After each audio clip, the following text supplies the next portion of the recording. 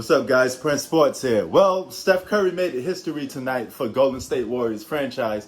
He becomes the #1 leader in Golden State Warriors history for the franchise. You know, he surpassed Wilt Chamberlain in that category. And he did it in stunning fashion by dropping 53 on the Denver Nuggets head, okay? This guy was on fire, shooting three after three. He's arguably one of the greatest shooters of all time that I have ever seen in my years of watching basketball. I mean, the guy is just amazing when it comes to shooting the basketball. He could take you off the dribble. He could shoot, stop, and pop. He could shoot from the half court. He could do just about anything when it comes to shooting the basketball. He is in a class of his own.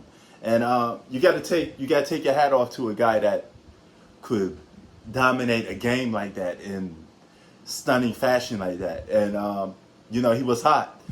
He heard all the talk about people saying that he's not a good leader, this, that, and third. And he was due for one. He was due for a big explosion, due for a big game when he just cooking everybody, hitting three after three. And he dropped 53 on him, you know. And me personally, I think that he's going to need, how should I say this?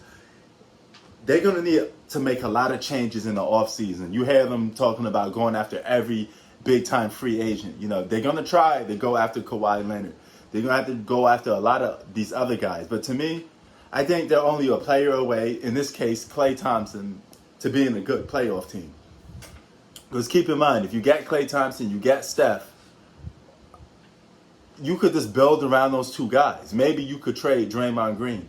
You don't need to get a big-time free agent. You could pass up on Kawhi Leonard, pass up on all these guys. Because Kawhi Leonard is most likely going to re-sign with the Los Angeles Clippers. I know a lot of other teams are going to be making their pitch for Kawhi, but they don't really need him.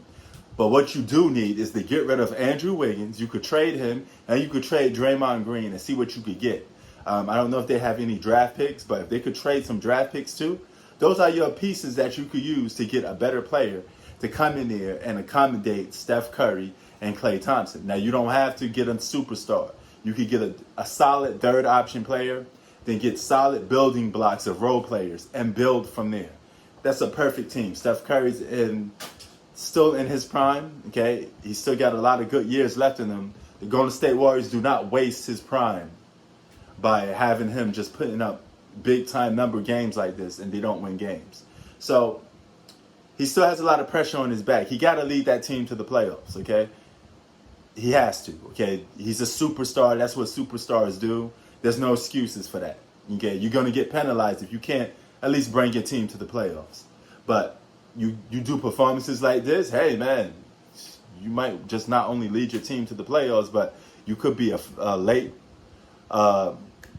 regular season MVP candidate.